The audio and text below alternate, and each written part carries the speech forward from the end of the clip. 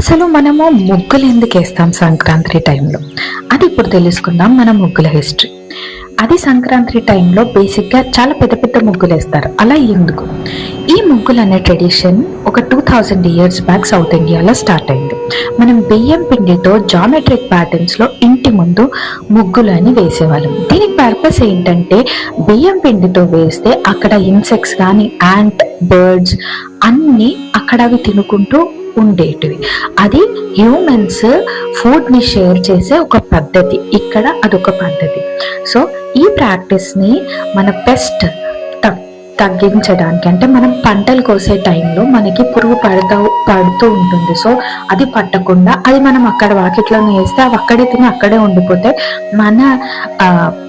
మన పంటకి ఏం నష్టం కాకుండా ఉంటుందని అలా ముగ్గులు వేయడం మొదలు పెట్టాం. ఈ tradition starting Makar Sankranti starting ఎలా ఇంత పెద్ద ముగ్గులు వేయడం స్టార్ట్ చేశామంటే, ఈ టైంలో సూర్యుడు ఉత్తరాయణంలోకి వస్తూ ఉంటారు, ఇంకా కోతలు కోసే టైం.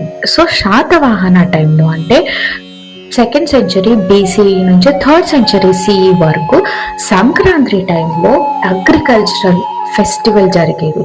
అది ముగ్గులు వేయడం చాలా పెద్ద పండగ లాగా చాలా కాంప్లెక్స్ ముగ్గులు వేయడం మొదలు పెట్టారు.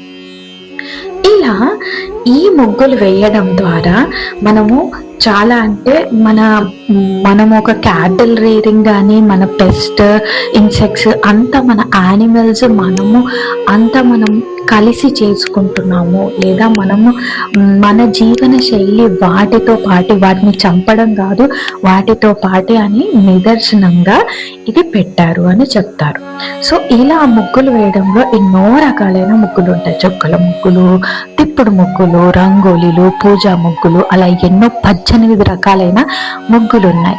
సో ఈ ట్రెడిషన్ వచ్చింది, ఈ మెయిన్ ఇంటెన్షన్ మన పంటకి పురుగులు పట్టకుండా, మన పంట జాగ్రత్తగా ఉండడానికి, మనము మన జంతువులతో మనం షేర్ చేసుకోవడానికి ఈ ట్రెడిషన్ వచ్చింది. అదే డైలీ ట్రెడిషన్ గా మారిపోయింది.